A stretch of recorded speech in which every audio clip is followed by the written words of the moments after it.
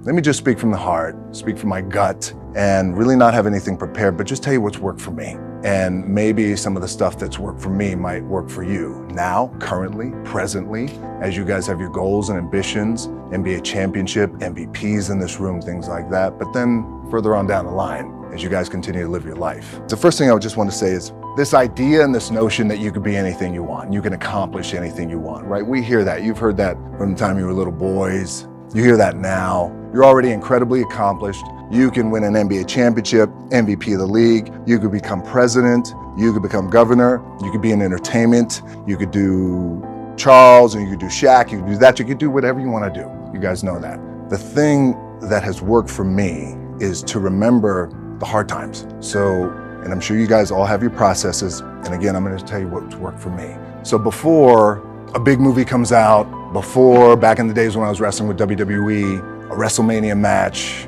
anything big that would happen, I would always take a moment and I'd just remind myself, all right, I was evicted when I was 14. We were kicked off the island. We couldn't live in Hawaii, had no place to live. A lot of shit happened then when I moved to Nashville. I was arrested multiple times by the time I was 16 years old. Like, I remember that.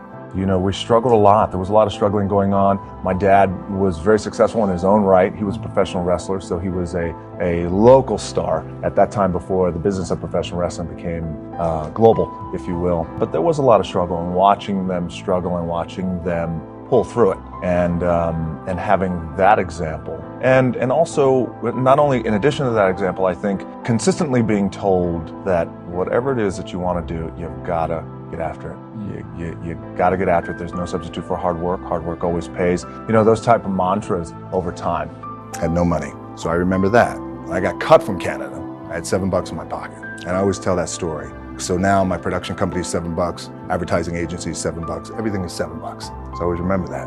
What helps me is to keep the hard times in the front of my mind, because it allows me to go into these big moments that I've worked my ass off, and you guys have worked your ass off. It allows me to go into these big moments with a different perspective. I still see every opportunity that I have as like a little crack in the wall, a little scratch. And it's almost as if like every opportunity the scratch represents every opportunity. Therefore, the success on the other side of the scratch is the light. Scratching hard, clawing, digging, it's that mentality to really take advantage of every opportunity I have.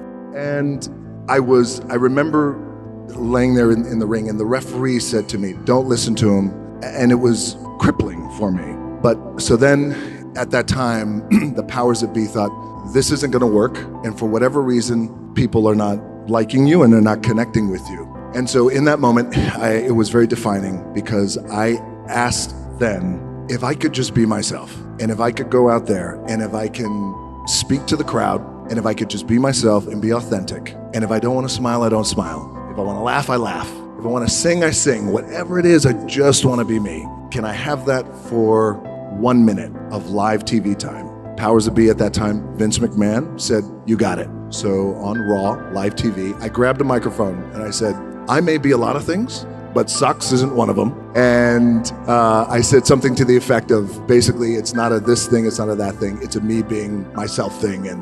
And before you know it, I guess the moral of the story is the importance and the power of finding your identity and being true to who you are. Even in that wild world of pro wrestling, it still applies to everyone in the room, and how powerful that could be, because it was a true shift and click moment.